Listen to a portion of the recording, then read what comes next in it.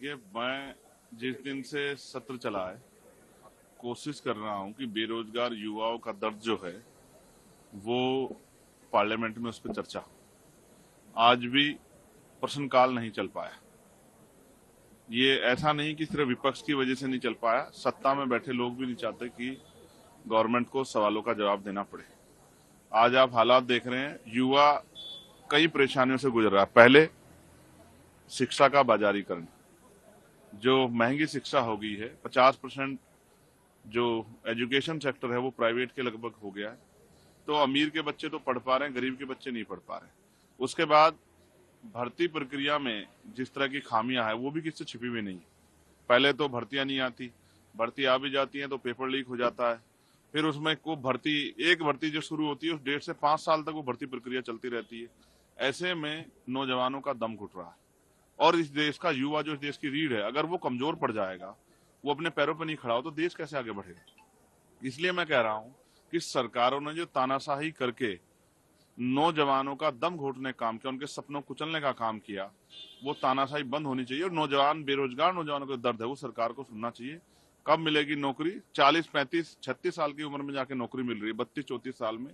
इतनी नौकरी का, जितनी दिनों बाद नौकरी मिल रही है उसके बाद वो इतनी जल्दी रिटायर हो जा रहा है।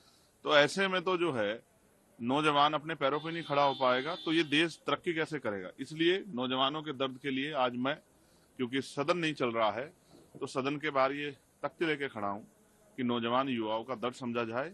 और उनके जो है, जैसे 6 महीने में अगर कोई किसी जगह पे सीट रिक्त होती है, चाहे असेंबली की हो या पार्लियामेंट की, तो चुनाव होते हैं, लेकिन बैकलॉग क्यों नहीं भरा जाता। अभी यूपी पीसीएस का जो है नॉर्मलाइजेशन को लेकर विरोध हुआ। इलाहाबाद में बच्चे और बच्चियां, उनका दर्द हम समझ सकते हैं, वो सड़कों पे लेट रहे। अभी बिहार में हुआ 2 दिन पहले कि वहां बीपीएससी को जो लेके जो है वहां के नौजवानों ने संघर्ष किया। तो सरकार ये किसके कैसे करना चाहती?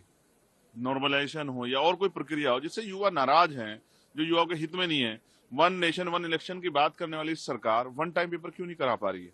तो इस डबल इंजन की सरकार में जो नौजवानों का दम घुट रहा है, वो जो आत्महत्या कर रहे हैं, इसको लेकर मैं चिंतित हूं। एक युवा होने के नाते मैं उनके दर्द को आपके माध्यम से देश के सामने रखना चाहता हूं, सरकार के सामने रखना चाहता हूं कि सरकार जो उनके दर्द को सुने और उनकी परेशानियां कम करने काम करे। लेकिन सबसे चिंता का विषय ये है कि इतने दिन हो गए, अभी तक सदन नहीं चल पाया है सुचारू रूप से। आज भी एक बार फिर ऑपोजिशन जो है वो आकर यहाँ पर नारे लगाए उन्होंने, मोदी अडानी भाई भाई इस तरीके के नारे लगे, हर रोज हो रहे।